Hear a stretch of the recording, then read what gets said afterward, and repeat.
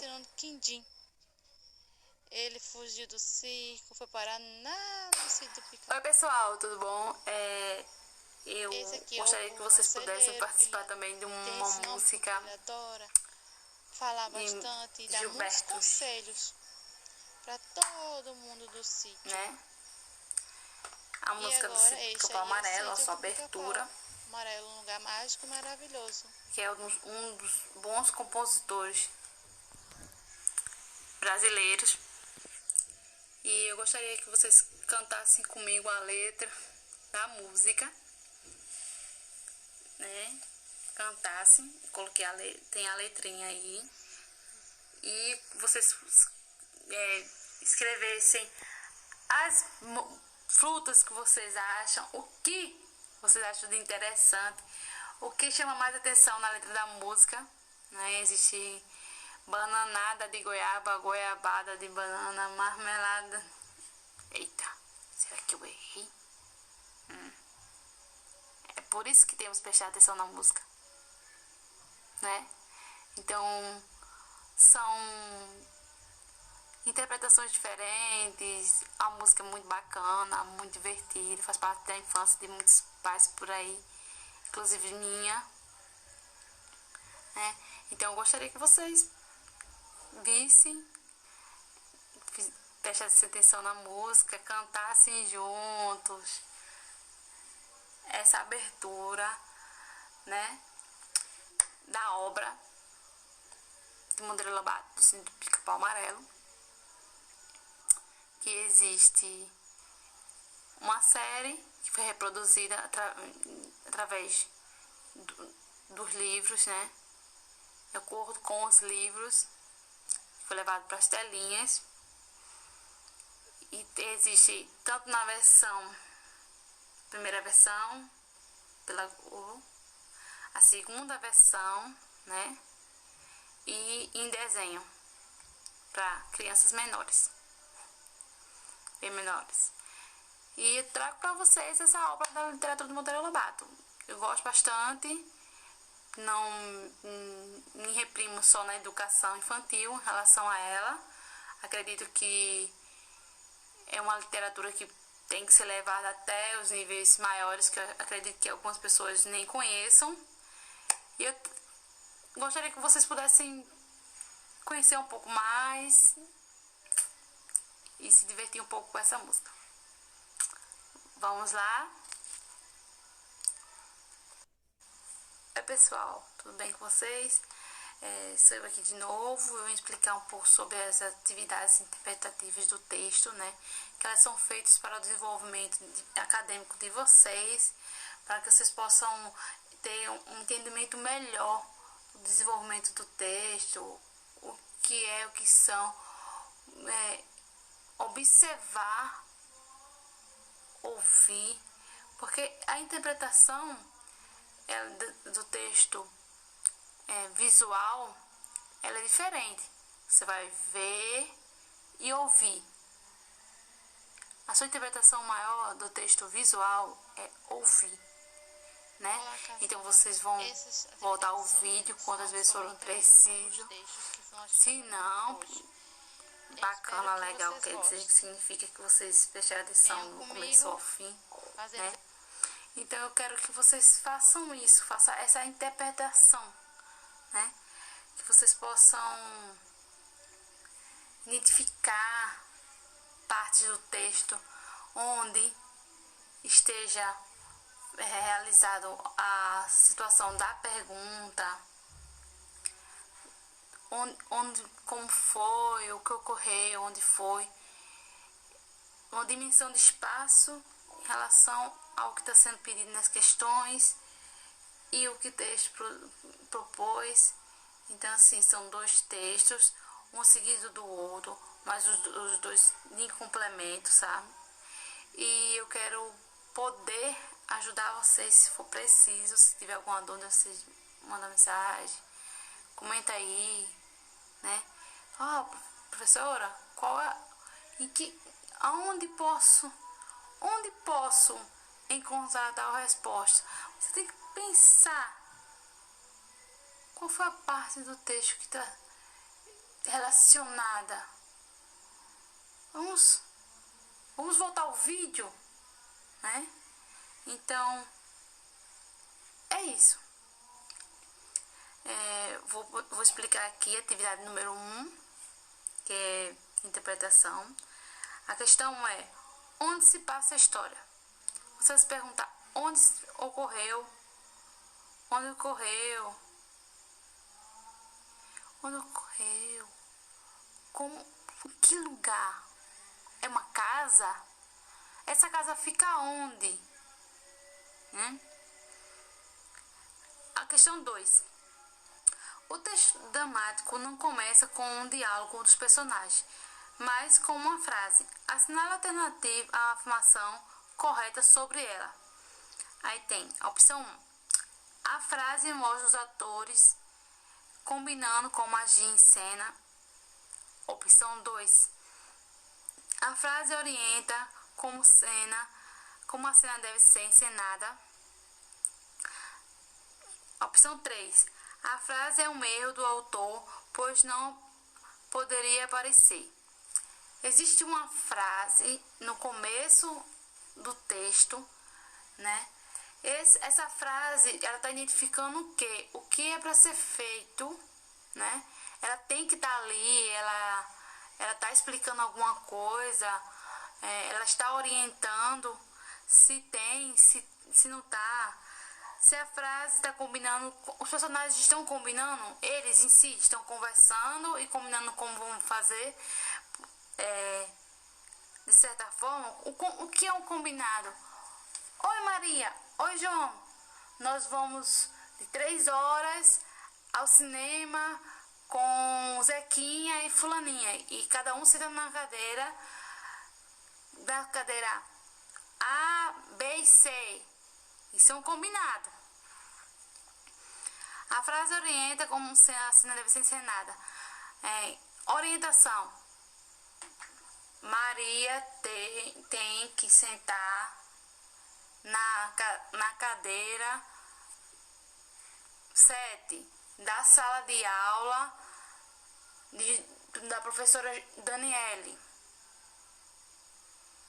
Ela estava lá sentada, tem 30 cadeiras nesta sala, onde chegará João e João sentará na cadeira 3, porque é dia de prova. Eles não estão combinando entre si. Está sendo orientado o que eles vão fazer. Eu, como professora, vou chegar e vou dizer: amanhã é prova. E Maria vai sentar na cadeira 8, João na cadeira 3, Marcelina na cadeira 18, Pedro na 17. Isso é uma orientação do que vai se ocorrer no dia da prova. A frase é um erro do autor, pois não poderia aparecer. O autor errou em ter colocado a frase lá. O que vocês acham se é essa a alternativa? Questão número 3. O texto 1 possui quantos personagens com fala? Né? Quantos personagens tem fala? Se existe algum personagem que foi citado e não apareceu no texto 1 falando, né? Se todos os personagens que estão na escala de personagens tiveram fala no texto, né?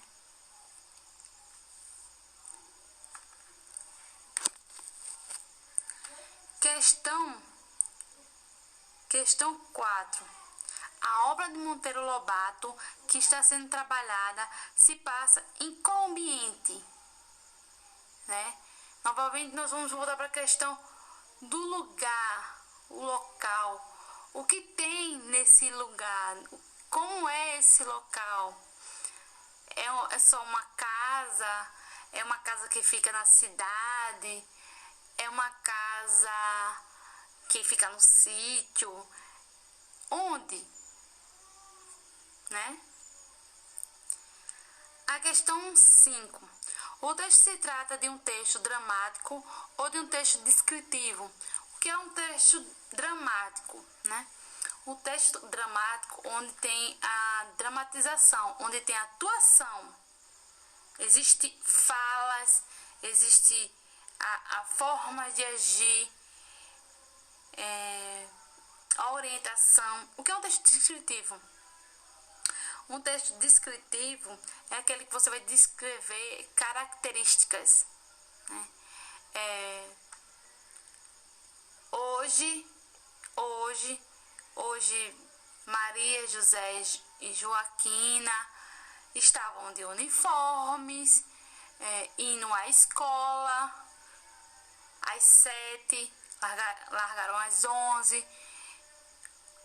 Dentro desse período ocorreu um festival de dança, onde dançaram muito, se cansaram, comeram.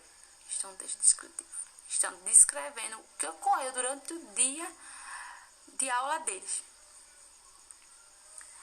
Na questão 6, no texto 2, quanto tempo se passou o noivado? Porque, retornando ao texto, o texto é o quê? O casamento da Emília. Então, houve um noivado, né? Então, quanto tempo se passou esse noivado? E quais os personagens eram os noivos? Eu acabei de falar. Então, aí, né? O casamento era da Emília. Então, o casamento era da Emília, né? Emília com quem? Vocês vão me dizer. Né? Questão número 7. Quantos personagens tem o texto 1 apresentado? Quais são eles? No começo do texto, nós lemos que existiam uns personagens, né, que fazem parte desse conto, que fazem parte. Foi descrevido assim. Nós sabemos que Emília está lá. Emília e quem mais? Foi falado quantos eram os personagens que iam aparecer, né? Eu quero que vocês me digam. Questão número 8. Qual foi a história que a Emília estava contando a Pedrinho? Existe uma história que ocorreu no começo, assim que Pedrinho chegou, e quando eles estavam conversando, ele perguntou como a Emília começou a falar. Então ela começou a contar uma história. Qual história foi essa? Questão número 9.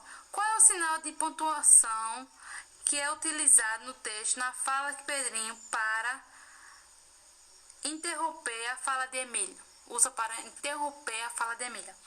Então, assim, qual é a parte que ocorre no texto onde existe uma pontuação que Pedrinho, que está na fala de Pedrinho, que ele usa para interromper a continuação da fala da Emília, né? Questão número 10. Qual é o tipo de texto narrativo trabalhou-se hoje? Qual texto nós trabalhamos? Falei lá no começo que nós estamos trabalhando que tipo de texto, né? O Monteiro Lobato, ele trabalha na literatura brasileira e tem diversos, o quê? Do Sítio do Pica-Pau Amarelo. Eles são o quê? São fábulas, são contos, romance, novela, lenda.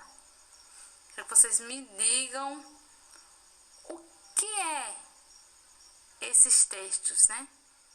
Como são esses textos?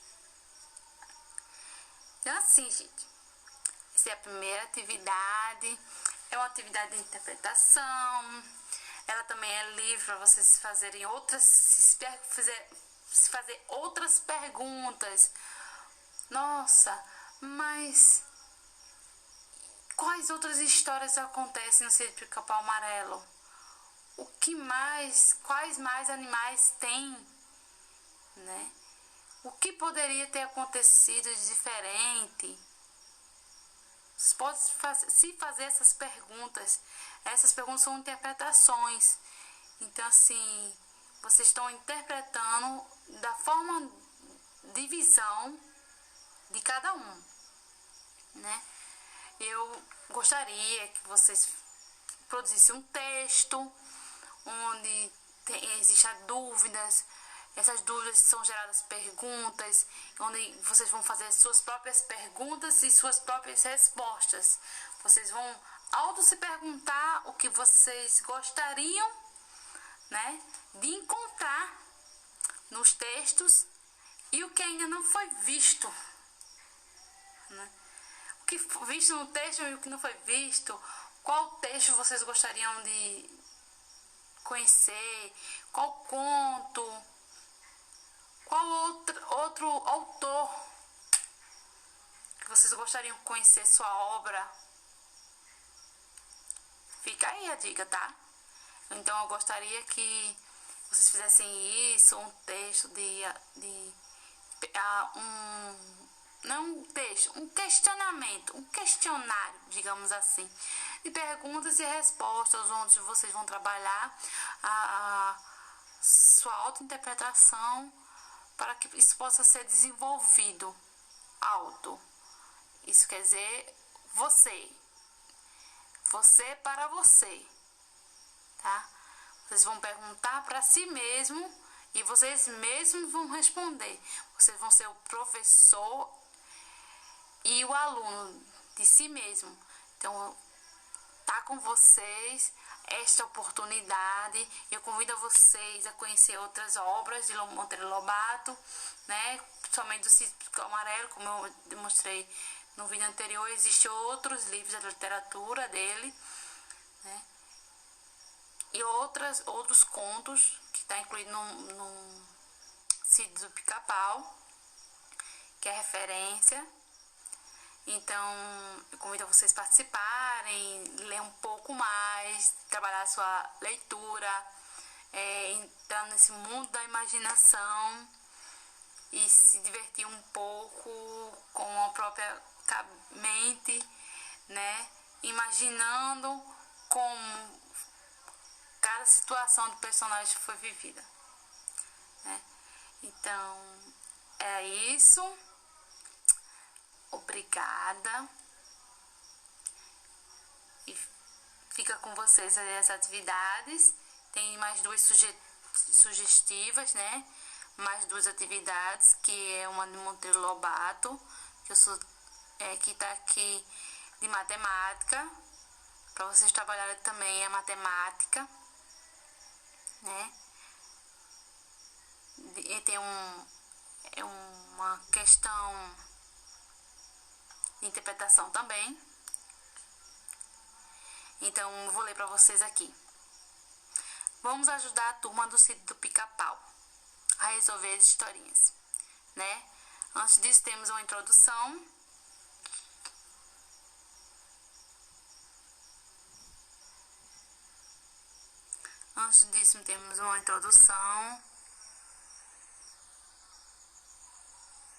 Monteiro Lobato. Por um escritor e editor brasileiro, O Sítio do Pica-Pau Amarelo é sua obra de maior destaque na literatura infantil. Criou a editora Monteiro Lobato e, mais tarde, a Companhia Editora Nacional. Foi um dos primeiros autores de literatura infantil de nosso país e de todas as Américas Latinas. Quando você lê assim, literatura infantil, isso não significa que você que está adulto, você jovem, isso não lhe impede de conhecer, né, essas literaturas e viajar nesse mundo da imaginação. Convido a todos a conhecer. Eu acho bacana, gosto bastante, sou suspeita a falar, né? Então, estamos aqui. Vamos ajudar a turma do Sítio do Pica-Pau Amarelo a resolver as historinhas matemáticas? Emília e Narizinho estão preparando festas de Natal no sítio de Dona Benta. vai preparar os doces e pediu para Emília colher 130 cerolas bem maduras. Para fazer geleia e Narizinho colher 250 morangos para fazer as tortas. Quantas frutas elas colheram ao todo? Né? Então é uma somativa e eu espero que vocês consigam fazer essa somativa, tá? É interpretar o problema, já estou explicando o que significa somativa e o que significa o resultado no final. Qual é o resultado? Quanto dá? Vocês que vão me dizer, tá bom? Temos aqui também a outra seguinte. Emília e Narizinho estão fazendo coleção de brinquedos. Indique quantas petecas e bonecas as duas têm juntas, né? Temos aqui, vocês vão contar e colocar no quadradinho, certo? Ou responder no caderno. Circula personagens que têm mais elementos em sua coleção. Vocês podem fazer isso no vídeo ou escrever o nome do personagem.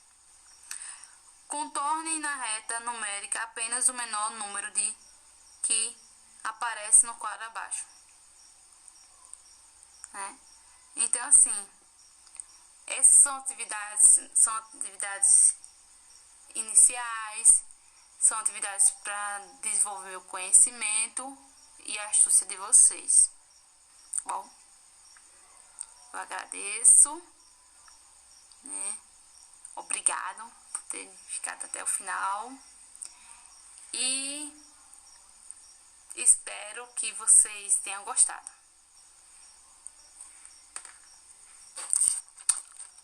Beijo da professora Daniele.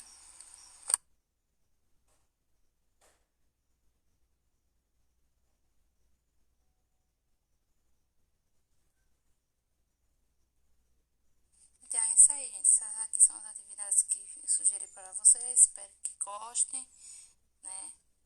E voltam para mais